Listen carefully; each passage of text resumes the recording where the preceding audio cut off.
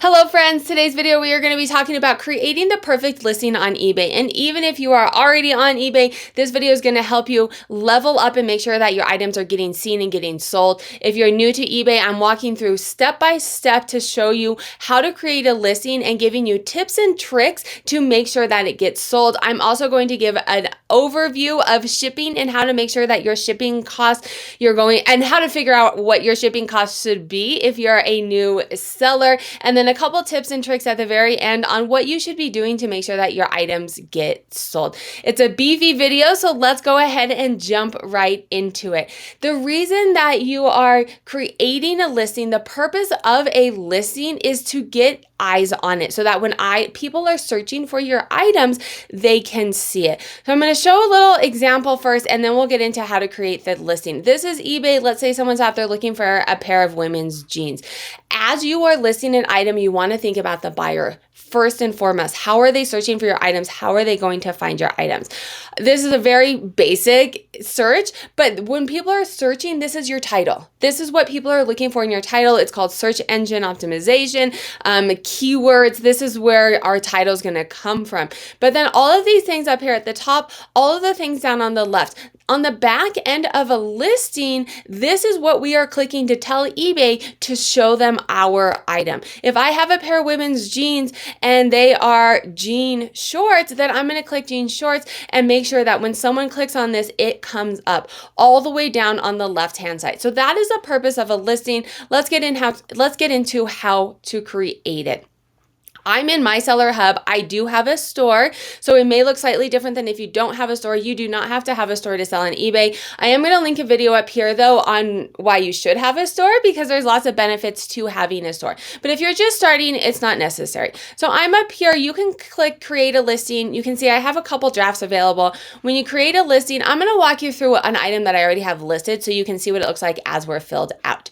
When you go in here, it's going to depend on your category. I sell women's fashion, so I have 24 photos. There's also a video available as well, which I currently don't have on one of these down here. But if you wanted to upload a video, you can just click add video from here. Now, you can create listings on your phone. You can also do it on the computer. Your computer is going to have more options and more filters available. And so I do prefer to do it on the computer. However, you can do it on your mobile app. It is going to look slightly different though, but for the most part, what I'm going to tell you is going to transfer over. Gallery Plus is just going to display a large photo in search results. It's just paying to get more visibility. I don't currently click on this. You can figure it out and try it and not try it. So the first thing we're doing is our item title. You want to start with the brand name, if you know it, the brand name. Remember, we are putting the items, our keywords, our search engine optimization. You guys can look up videos on that, on the purpose of the title. But as people are searching for your item, how are they going to search for it? What keywords are they going to be clicking? What keywords are they going to be searching for? Brand, eBay recommends having brand at the very first, as well as Google. And then depending on what it is, I do women's fashion and men's as well. So American Eagle can have men's and women's. So putting women's in there, the style, this is your favorite boyfriend. They are jeans, they are blue, low rise, all the things I think people might be searching for. You don't want this to be spammy. You don't want it to have emojis. Now, can you have apostrophes? Honestly, I've heard both different ways from eBay. So what I recommend doing is, if you're not sure, look it up on eBay, look it up on Google, and see how other people are doing it. See when you search whatever you're looking for, as you're searching it, what items are coming up first and how are they doing it. You can also look at eBay's Terapeak data, and we're going to get into Terapeak in a minute, but I'll link a video up here, and you can look at items that have sold. Look and see what they are doing to figure out best for you. And as you get more comfortable in doing it, you'll start to figure out, what is going to work best for you. But as you're learning, figure out what other people are doing and kind of just use that as a baseline. The other thing that you can do, if you're not so sure on some of these as well, you can use Google Lens, which I'm not going to go through and show a tutorial. There's lots of tutorials out there. But if you're not sure exactly what it is, women's jeans, it tells me it's my favorite boyfriend. It has the size on it. It's pretty easy to fill out a lot of this. If you're not sure, or if it doesn't say what it is, you can use Google Lens. ones, it'll pull up the picture of what you have, and then it'll show you, hey, this looks like what you have. Is this what it is? If you're kind of trying to figure out what exactly that you have. As you go down, I have already listed this, so they're not showing a lot here, but it says list faster, select all applicable item specifics. So it's looking at your title and it's saying, hey, from your title, we think these are some item specifics that you're saying in your title. And so if you want them, you just click on it and it will go ahead and fill out the item specifics for you. If it's filling these out incorrectly, then rethink your title, right? If they're not actually stretch, but you put stretch up here. The other thing I've noticed with Victoria's Secret is oftentimes Victoria's Secret pink is a line on Victoria's Secret, but sometimes it'll think the color is pink, right? So don't just click all of these for the sake of clicking them. It does try and help you make your listing a little bit quicker. And then you have a custom SKU label. This is completely optional. I use it to figure out where my item is stored, as well as what my cost of good associated with it. If you don't have SKUs on your items yet, you can leave this completely blank. Some people just put their cost of goods in it so that they know when it sells. Item category. So the item category is where on eBay are people going to find this, right? As they come up in search and they're searching in the category, where does your item best fit? Now, there's not a wrong answer here. Right? Sorry, that's the wrong one. There's not a wrong answer here, right? So sometimes our items can fit in two different places. Put it in the place that you think most people are going to look for it. And if it doesn't sell, then maybe switch it to the other place. Now, if you put it in, I have this pair of jeans and I put it under pants and someone's selecting that category, pants, and a pair of jeans comes up, it's probably not what they're looking for, right? And so your item's not going to sell. eBay's going to stop showing your item because no one's clicking on it because it's not what people are looking for. Not to say it's not a good item, it's just not coming up where people are looking for it. So make sure that you fill out the item category. On eBay, the store category, you don't have to have this, but you can add in store categories. If you sell lots of different things or you have a very large store, you may want to add in a store category. So when people go to your store, they can look at a little bit of a different level, right? If you are selling, you sell all the different things and someone has to scroll through 10,000 items to find what they want, they're probably not going to stay on your store. If you sell all the different things and you have a vintage category and you have a clothing category and you have a kids category, they can click on that and then only see what they're wanting to see, only see the category in your store that they want to see. So that's optional. Item category is the eBay item specific that people are looking for. Now, required. Required means eBay will not post your listing unless you have these items filled out.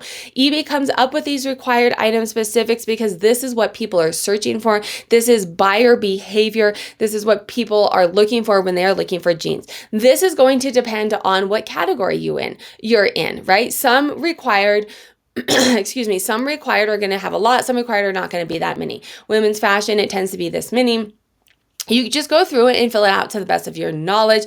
If there is not, sometimes it doesn't fit exactly, right? If it's a required, you have to fill it out. If it doesn't fit exactly, I would recommend picking the one that fits the best and then making a note in your description that says, hey, I selected boyfriend because they're the closest to boyfriend, but make sure to check blah, blah, blah, blah, blah, whatever it is. Make sure you do not want someone to buy an item and not know exactly what they are getting. An item specific you have to fill out. So go through and fill those out to the best of your ability. Scroll down, additional. Now, additional, you do not have to fill these out. eBay will list your item without these. Now, why should you fill them out? As people are searching, people are going down and filtering down. They're going to pick size, that's a required, but they're going to come through and they're going to pick a lot of these different items to filter down your items. If you don't select recommended item specifics, your items are no longer going to be shown. If someone can't see your item, they're not going to be able to purchase it. Now, that being said, you want to fill out as many of the item specifics as possible that are relevant to your item. If you are just going in and saying, hey, accents, and you're clicking a whole bunch of different buttons and they're not actually the item, when someone clicks on that item specific, it shows your item and they are looking for maybe a pair of jeans that has gems on it and you selected it, but your item doesn't have gems on it, they're not going to buy it. And the more that eBay shows your item and no one clicks on it and no one buys it, the less they're going to start showing it because they're like, this is a bad item. No, it's not giving good data to eBay that no one really wants it. So fill out as many of these as possible. You do not have to fill them all out though, the ones that are applicable. Now, what's helpful too is this grayed out number that has a little squiggly about sign in front of it is telling you this is what people are searching for. Fabric wash. Excuse me, 1.4 thousand searches on fabric wash.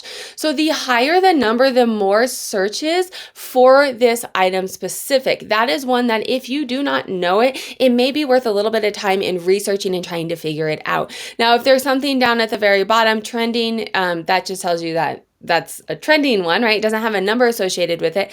Handmade only has 2,000 searches. If you're not exactly sure, leave it blank. Probably don't figure out if it is, don't spend a whole lot of time because only 2,000 people are really searching based off of that item specific. As you scroll down, you have item condition. So you can choose, depending on your category, there'll be different things that you can choose from. Women's fashion, it's usually new and pre-owned. When you get into shoes, it's like new with box and lots of different options depending on the category.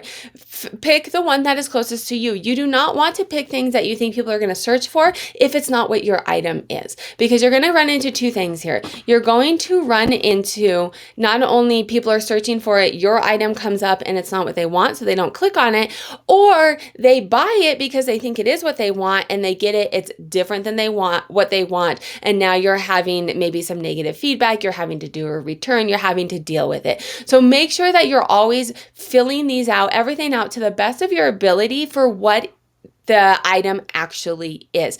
If there's a condition, if there's flaws, some people put it in here. I tend to take a picture so that they can really see what it is and show them to look at the picture. And then your description. So I've always been told, and it's a great way to go, take pictures like you have no description and write your description like you have no photos. Now, keep in mind, most buyers now are on the mobile app. So the description, it's harder to see on the description. So write bare minimum that they need to know, right? Make sure to write everything that they do need to know, but you don't need to go overboard in the description. Definitely don't use emojicons. You don't need to be using, all kinds of flashy things. Just straightforward what the people need to know. And I'm going to be completely honest, this is actually a little bit more than I would probably normally do. Poshmark likes a little bit more of a description, and I cross list. So if I were just on eBay, I probably wouldn't even put this much into my description, because the condition is pre-owned. That's already in the listing, right? The size is in the listing, right? But Poshmark likes a little bit more detail in the description, so I just do it on both. As we scroll down, you're going to get to pricing. Now, how do you decide what to price? This is going to be based off of your strategy, based off of, I would recommend looking at comps to try and figure out as you get an idea of what you want to do. Now, you can do a buy it now, you can do an auction. The difference is going to be an auction is going to put your item up there. People can bid on it and go back and forth, or you can do a buy it now, which means that they can just purchase the item flat out. You can also, down here, you can see you can allow offers. So I do all of my items are buy it now with offers.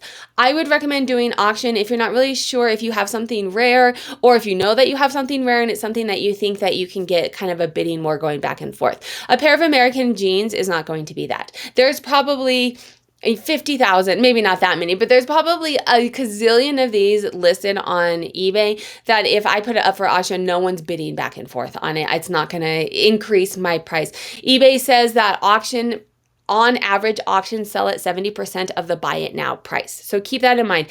Some things really are good for auction. That's how eBay started.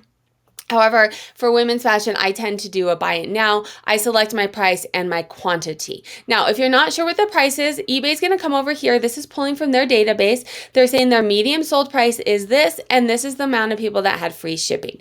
Now, this is a guideline. You can see, obviously, I didn't price based off of that. What I recommend doing is going into Terapeak and really researching it as you are starting to learn what you are selling. I know my items well enough that I usually just price it. And I allow offers, so people can send me an offer if it's priced a little bit high. But you can go in here, and right now I just have women's jeans, but you can type in women's American Eagle boyfriend, size 2, like my whole entire listing. And it'll tell you what the active price is currently. It'll tell you your average listing price. I'm going to link a video up here that goes deep into how to use Terapeak, but this is actual items that are listed on eBay right now. The active items, they're listing information, and then what they sold for, right? So keep in mind what you list it for tends to be a little bit higher than what people sell it for. As we scroll down, like I said, you can allow offers. You do not have to accept offers. One reason that many people do, and I would recommend allowing offers, is if you scroll up here, select accepts offers is one way that people can click and filter out your items. Now, if someone clicks on accept offers and you do not accept offers, then your item is no longer being seen. Just because you accept offers does not mean that you have to accept the offer that they send. You can send them a counter offer if it is too low, but it will help you get more visibility. If you don't want to deal with low offers item, like I would not take less than this, you can put a minimum offer here and eBay will automatically decline the offer. I don't personally do that because there's a lot of variables in whether or not I will accept an offer, but that's going to be up to you. If you don't want to have to deal with the back and forth of that's too low, I don't want to deal with it. You can also auto accept an offer. Hey, I will take my lowest price I'll take on this is this. And so if someone sends an offer of, hey, $19 or higher, eBay will automatically accept it. So it's less work on you. Then there's also volume pricing. You can select this and set different rates. If people buy more items from you, they get a bigger discount. Again, this is going to encourage people to buy more. Do you have to do it? No. Is it going to help? Probably. But if you're a new person and you're just trying to get your items listed, I wouldn't worry too much about this in the beginning. Just get your items up there and then you can start thinking about strategies on how to get them to sell.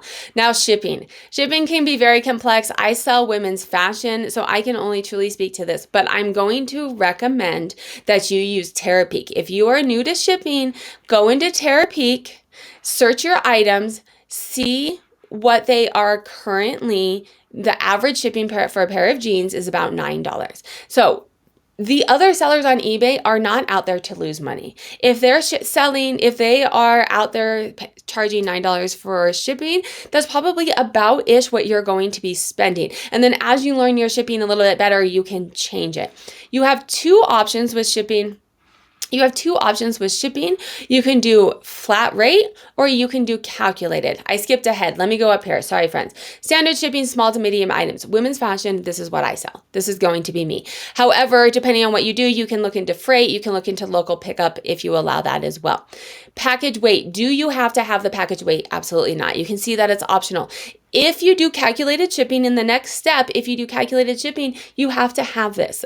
You don't have to, you can guess, but then they're going to charge based off of what you have. And if it weighs a little bit more than what you said it weighed, you are now on the hook for that extra cost.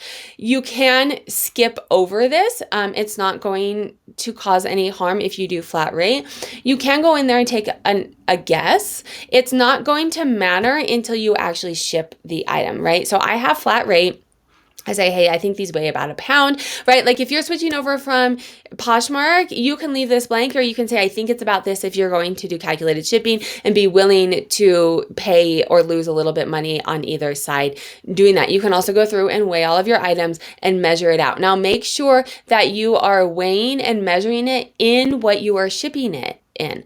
If you are shipping it in a box, that is going to add, depending on what size box it is, that's going to add weight to it. And that's the weight that you get charged when you are shipping. Same with the package dimensions. Women's fashion, it doesn't really matter so much because it's not so much on size that you're paying for shipping. But as things get bigger, make sure to weigh it and take measurements based off of this size. You can skip this. However, when you are going to ship the item, you are going to have this information.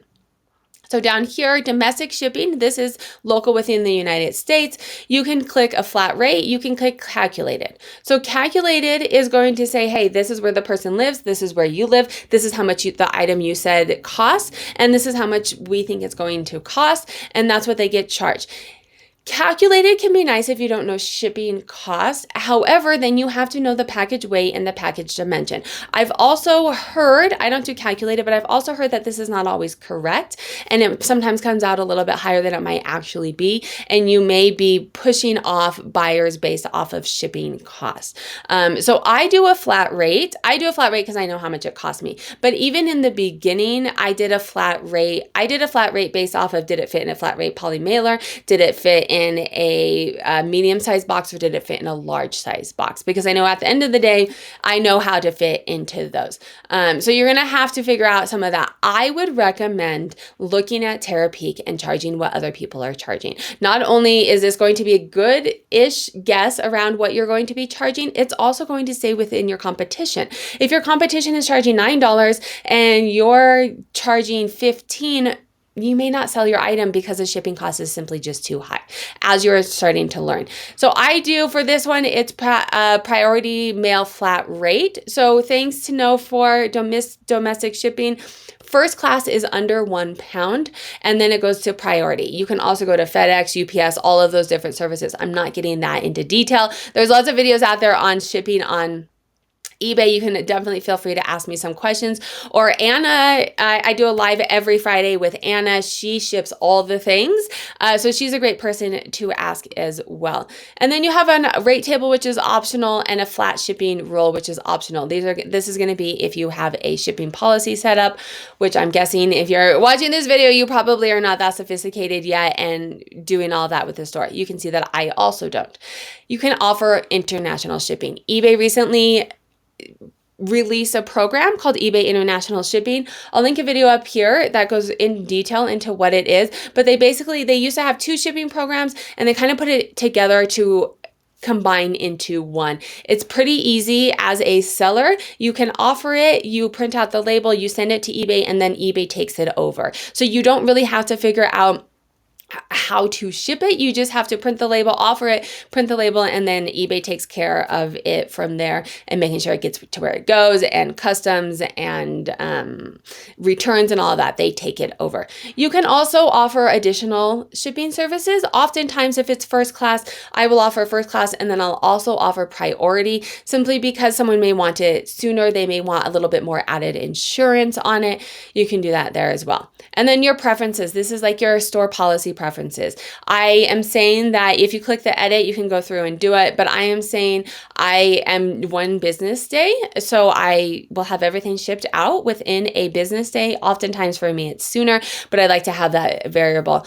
You put in your item location. This is helpful for this is needed. You have to have this, but it's really helpful for local pickup and then calculated shipping as well. And then you go in and say, hey, domestic returns, I do accepted within 30 days. I do offer returns, and I do offer free returns, which means that I pay if the item gets shipped back to me. If you're wondering what free returns are, how to do them, should you do them, I'll link a video up here on more into returns. You don't have to do them.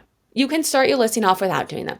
Is it going to help? Probably. But I recommend just getting your items listed and figuring out the basics of eBay, and then trying to work on some of these different policies and strategies and getting more visions and sales. I have a whole eBay tutorial playlist that goes through all of these things, different strategies, how to do them, how to set them up when you're ready for that. Returns through international shipping. This is set up by eBay since I'm in the program, and then any other international returns. Promoted listings. You don't have to do this. This is basically saying, it's exactly saying that I am paying eBay up to 17% to put my item ad space, to promote my item on their space. You don't have to click on this. This is an additional fee. I would actually recommend leaving it be for now and just figuring out how to list on eBay. And then I do have lots of video about promoted listing strategies and how to figure out exactly what's right for you and kind of mess around with it.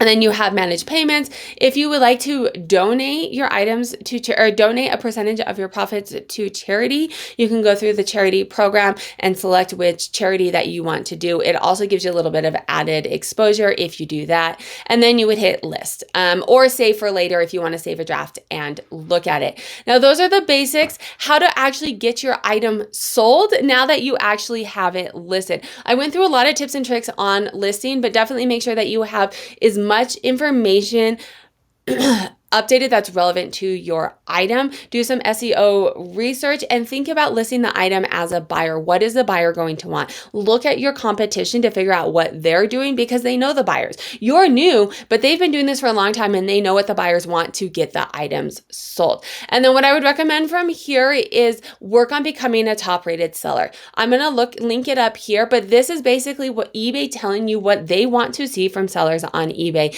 It's not only going to give you added exposure and added protections from eBay, but it's going to help you sell your items because eBay has looked at the data, they've looked at their buyers, and they said, this is what buyers want to see. And if you as a seller can do this, we will give you added exposure, we will give you added protections because you're going to sell more items because it's what buyers want to see. If you liked this video, please make sure to save, share, comment, and like so that other people can see the video as well, and consider joining my memberships. Starts at $1 to help support more content like this. YouTube thinks you'd like this video. I'll link a playlist down here of how to make money reselling, and then make sure to hit that subscribe button.